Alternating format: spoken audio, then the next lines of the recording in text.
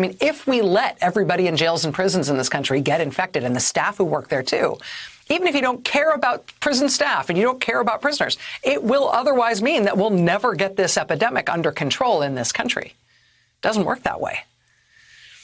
Joining us now is Anthony Romero, who is the executive director of the ACLU. Mr. Romero, I know you are very busy right now. Thank you for taking time to be with us this evening. It's great to see you, Rachel. You're a sight for sore eyes. It's great to see you, too.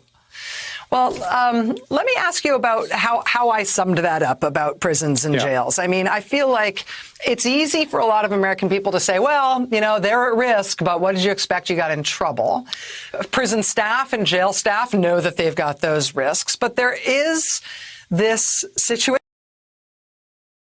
cases we're seeing in these facilities and the fact that these will be reservoirs of infection for the entire population. Volcanoes for the pandemic. And we have to think about the fact that you can't just wall them off and pretend that let the folks die behind bars. It's first inhumane, it's cruel, it would be unlawful, but it's also not practical. The fact there are 420,000 people who work in our prisons and jails. They're our neighbors. They're people in our churches, in our synagogues, in our mosques.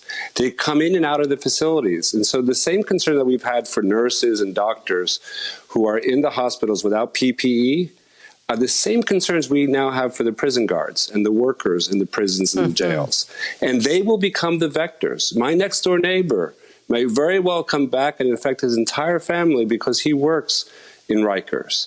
And so the concern isn't just about the incarcerated, it's about the entire community. We estimate this new epidemiological study that we released just yesterday estimates that we could be underestimating the fatalities by 100,000 deaths.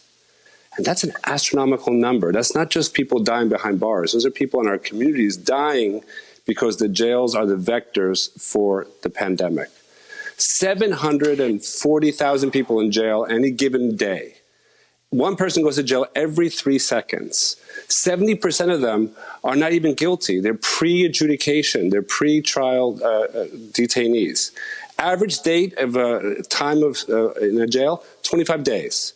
They're revolving doors. So when people go into jail, they're incarcerated, they're held there, there's no hand washing, there's no sanitizing, there's no cleaning of the surfaces, there's no social distancing. They come back out and they infect their families and their communities and their loved ones. We're all going to pay the price unless we really pay much closer attention to it.